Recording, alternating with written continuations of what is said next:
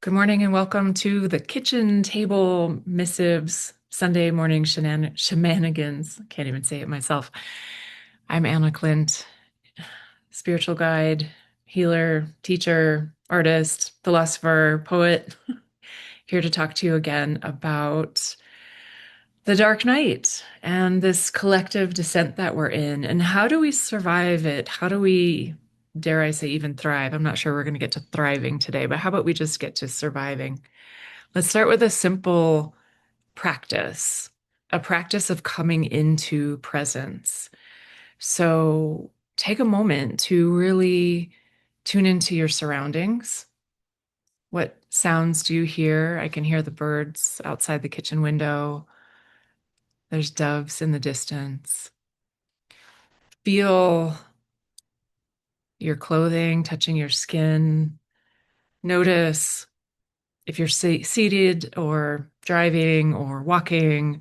Notice the feeling of the supports beneath you, whether it's the floor, the earth, a chair. Take a moment and just be with, and then notice your breath.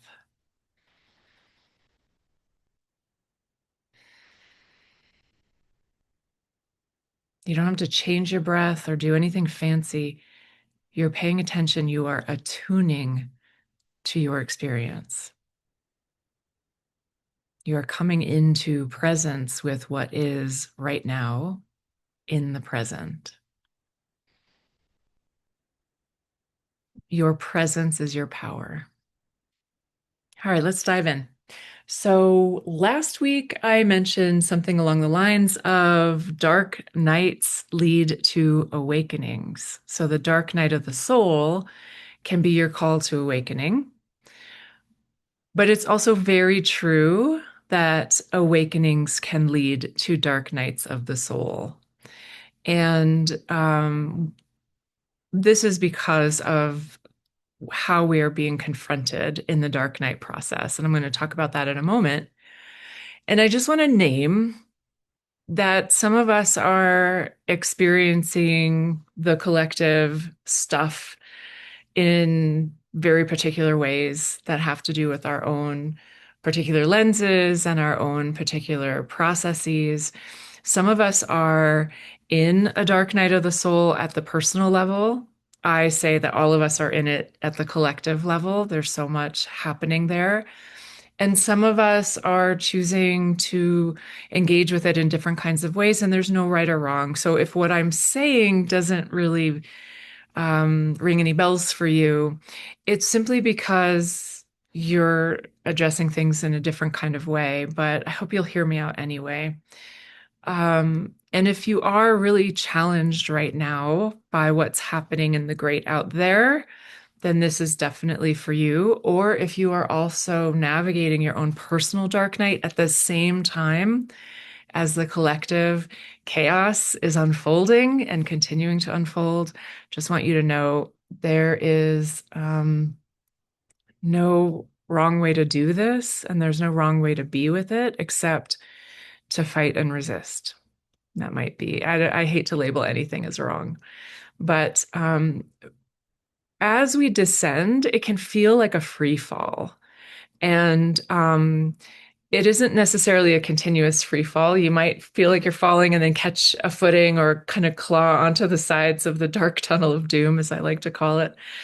And then you might kind of stabilize for a while and say, oh God, thank God maybe I'm at the bottom and this is as bad as it's going to get. And then the next thing you know, you're free falling again. This is very common and it's very, very challenging. I think personally, in my own experience, the free fall is the most challenging. And there's numerous reasons for that. The big one is that we don't know how long it's going to last. And we really can't control the process. And this is a big piece of the dark night of the soul.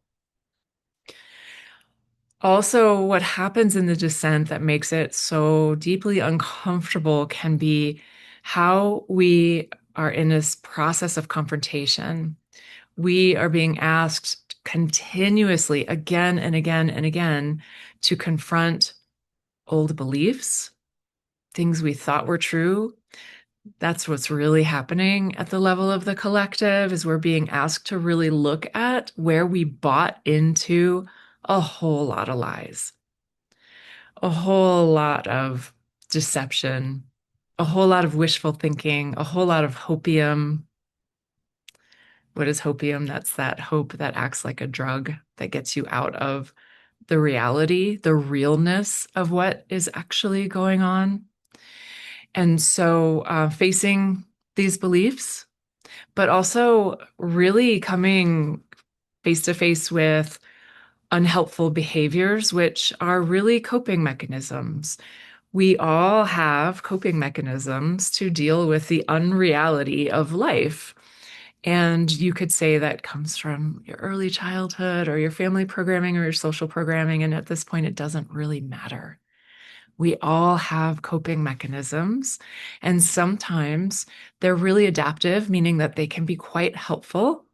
And then there comes a point when many of those coping mechanisms become maladaptive. They become very unhelpful. And we have to face that. And it can be really scary to let things go and to really face and be deeply honest with ourselves. The shit ain't working. It needs to go. And I would say that in my own experience, the most uncomfortable confrontation of all, like the worst, worst, worst, worst, is coming face to face with the truth, which is that we have so little control over anything that happens outside of us. I'm going to say that again. You have almost no control over anything that happens outside of you. From the greatest macro level, government, society, culture, to the smallest things.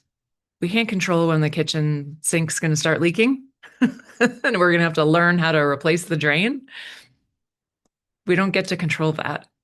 We don't get to control other people, how they show up, the things they say, what they do.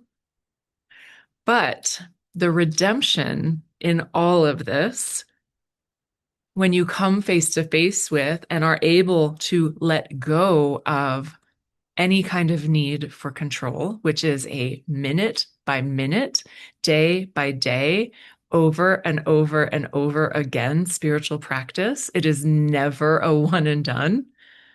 But when you can relinquish control, which is really just a false perception of control,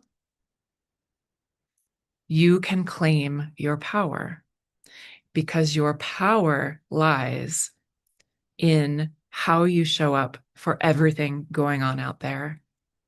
And what happens in your inner world is all entirely within your control. And there is nobody that can shake you from your center. There is nothing that can shake you from your center when you have a radical commitment to showing up.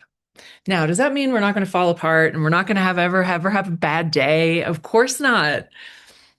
We fall apart. We have bad days. We feel out of control. There's gnashing of teeth and wailing, just like in the book Where the Wild Things Are. But we get back up and we come back to what's real.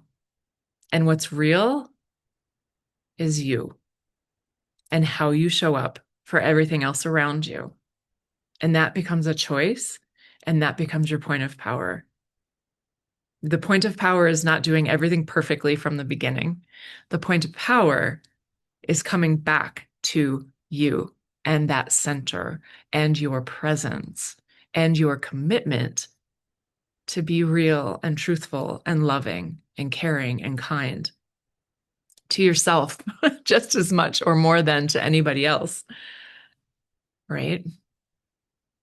So this is one of the ways that you can survive this free falling into the collective dark night. I have no idea. I could not even predict where the bottom of this is, right? But this is the year of disclosures, and it's proving to be true. Not just the Epstein files. Everyone said that chemtrails were a conspiracy theory, but guess what? They're not. They're real. And we're going to see a lot more disclosures, and it's going to get harder and harder because we're going to have to confront these beliefs, these collective beliefs. What is reality but a shared consensus? And we're coming face to face with the fact that that consensus reality is completely unreal and is completely inhumane. And we're going to be asked how we're going to participate with that. Are we going to withdraw our consent? Are we going to lean into our sovereignty? And are we going to be able to let go of control and invite in the knowingness and the willingness and the curiosity to perhaps dance with something else, right? There's a spiritual war happening right now. Your soul is what's at stake. And so leaning on something greater than you that is not external power controls, but perhaps your higher self, your inner knowing, God, goddess, nature, whatever your higher power is, now is the time more than ever to cultivate a radical relationship, a loving, radical relationship with your higher power, because that is part of the way that we are going to survive this descent. And we are going to get through it. And things are going to look really different on the other side because we're going to be forced, and that's a good thing, to make different choices. So I wish you a beautiful day. Spring is here. We've just had the equinox. It's fall season in the Southern Hemisphere. So if that's where you are, I wish you a good day as well. The new season is upon us. We get to do things differently, and hang in there and reach out to people, your loved ones, support your family, anyone who understands and gets you. Reach out to me if you need support. And we're going to get through this. Wishing you radical love today.